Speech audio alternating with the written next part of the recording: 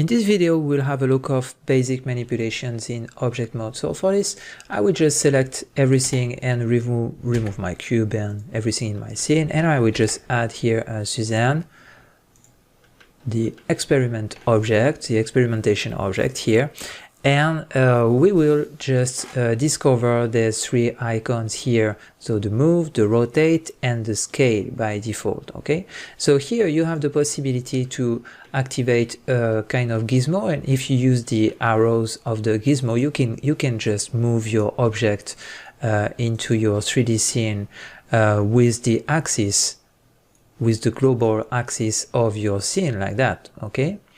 But you can use the little squares here too, and it will kind of move your object into a plane. So for example, if I use this one, the Z axis one, so I will just add here a plane here and put Suzanne there and scale my plane like that, and like this I will have Suzanne that will be kind of cutted with this level. So you can see that now if I move with this one, you can see that the cut that I have into the down part of Suzanne stays the same. Okay, the level stays the same always. So this one is important to understand, and it will be the same for the other axis as well. Okay, so for the manipulation here, basically it will be this.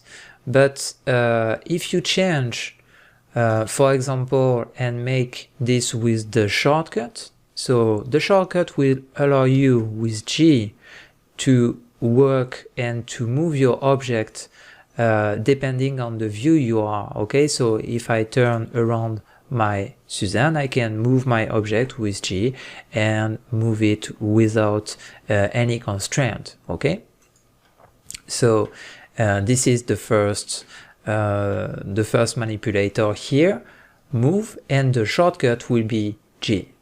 Here you will have the rotate tool that you can use too, and it will give you the opportunity to rotate your object directly like that. Okay, or if you use the circle here, you will have a free possibility of rotate your object, or you have the possibility to use the shortcut R, and R will give you the possibility to make a free rotation depending on the view you are. So if you are in front view, for example, you will rotate your object into the y-axis. Okay, so it will be exactly the same rotation than this one because you are in front view. So this is basically the rotate option there. And you have here the scale. The scale can grow your object. So if you take into the little circle, it will be a global scale here.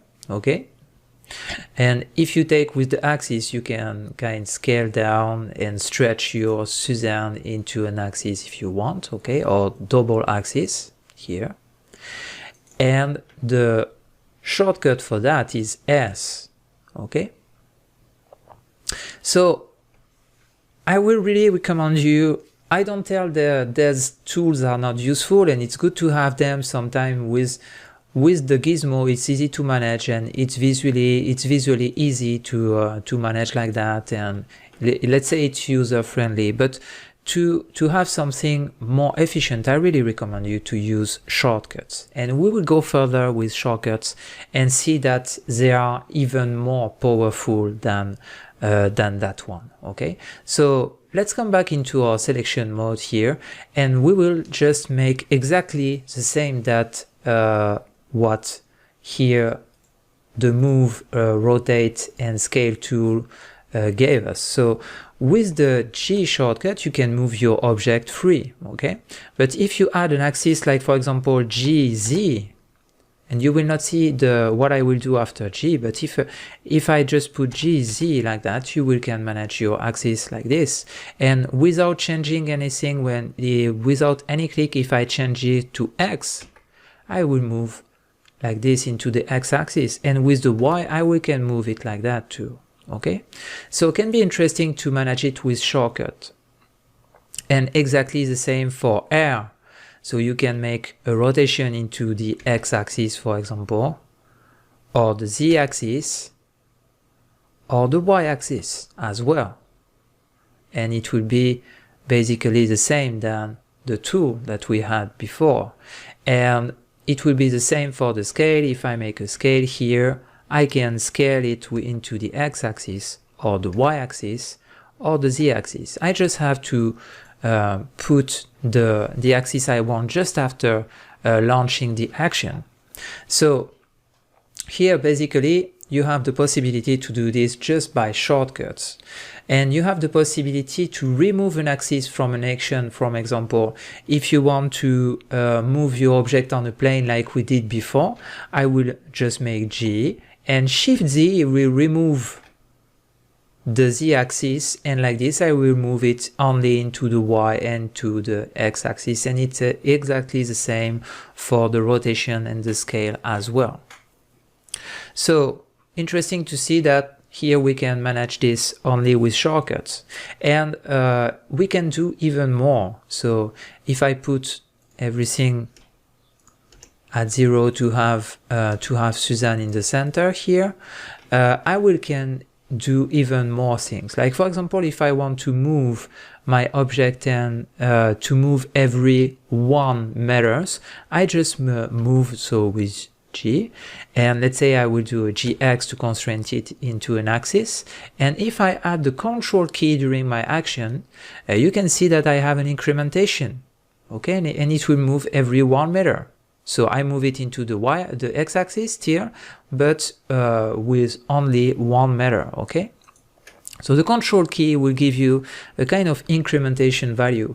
And the same, if I make a RZ, for example, to make a turn to Suzanne like that, I will have an incrementation. If I have the control, you can see that now it will turn every 5 degrees, okay?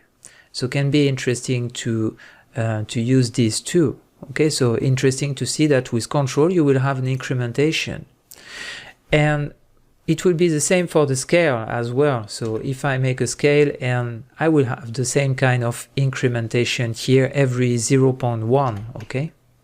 So it can be interesting to use this as well. Good. If I want something with let's say a solid control, more precise control, if I make a rotation and I want something really like, okay, I don't want to make a big movement, and if I use the shift, you can see that now my rotation gives me a really soft control, okay, and I can really go slow if I want to make a precise thing. So if I make a scale, it will be the same too. I will have really a smooth control like that and a precise control. So with control key you will add an incrementation, and with the shift key you will add a precise control of your movement, okay, more little control, let's say. But you can change it with numbers, values that you can add into your actions too. Like for example, if you make a GX2, it will move your Suzanne into the x-axis with 2 meters here, okay? And if you make a RZ45, it will make a rotation into the z-axis 45 degrees. You can tell it directly like that. And if you make a S2, it will give a double scale everywhere, okay? So if you don't specify the axis, it will make on all the axes. So can be interesting to work like that with.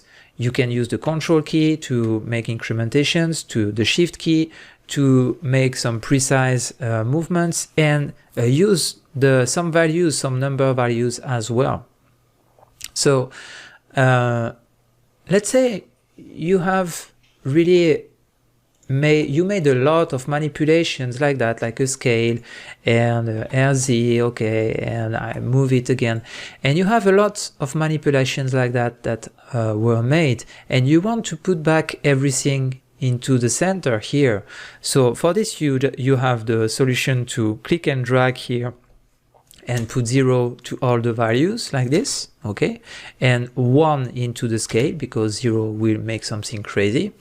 If you put 0 here, you will have no geometry, just a little dot, so nothing interesting. We come back to 1, okay, and so here we come back to the original values. But let's say if you want to make it by shortcuts too, and don't come back and put 0 and 1, and can be annoying too. So let's say you have different values here. Alt G will put back everything to 0 for the location, because G is the shortcut for the locations, okay? And Alt R will remove the here for the rotation, and Alt S the same for the scale, and put it back to 1. So interesting to manage it like that. You can see that shortcuts are really powerful for this kind of system. So G, R, S, Alt G, Alt R, Alt S, and with Control and Shift you will have even more options. So that's it for the 3 first shortcuts, let's say, GRS. But we have at least 2 or 3 that I would like to show you. It's the duplication here. You have 2 kind of duplicate. There's 3 here, yeah. Duplicate object, duplicate linked, and join. So Shift D, Alt D, and this one we will see it after. So Shift D and Alt D. So if I take my object and I make Shift D, I can duplicate my object, and you can see that I have a second Suzanne 001. And if I make Alt D, I will have a Suzanne 002, but it seems exactly the same, and there is no differences between every Suzanne. So what is the difference between Alt D and Shift D? I will show you that just now. If you make a Shift D, it will make a completely new object that, for example, if you change something on this object into edit mode, and you will move, for example, I don't know, this vertex and this vertex here, so you will have a completely new object, no link between the two, okay? But if you make Alt D, you will have a relationship between the two, and it's said here when you go there, you can see duplicate linked. It's same, it keeps a link between the two. So if I go into edit mode, you can see that I go in edit mode with the two, and if I change something like, for example, this, you can see that the two have the same modifications, okay? And it will be it will keep the link like that between the two, but this one is a complete separated object. So the difference between Shift D and Alt D is this: one make a new object with Shift D, and Alt D make a duplicate linked. Good. I make Control Z a few times to come back in my only one Suzanne in the center, and you can make another operation too that is important, is the join. It's to make 2 objects becomes 1. So if I add here, for example, let's say a UV sphere, okay, and I will put my UV sphere a little down with GZ and with GY, okay, and let's say I would like to keep this structure as 1 object. For now we have 2 objects, we have sphere and Suzanne, okay? But if I want to make only 1 object, I just select my 2 objects with Shift key, okay? And I will make a Control J, and Control J will give me only 1 object. And here you can see as my sphere was selected last, so here I have my sphere that did take my Suzanne inside it, okay? So let's say if I take something, I don't know, like another UV sphere, and I scale it like that and put it here, okay, and make another one like this, okay, and another one like that, and another one like here, okay. I move objects like this, I make several objects and I want to make everything one object. So I select my 5 objects with this one at last, and I make a Ctrl J, and I will have only one object. So this one will be Strange Suzanne.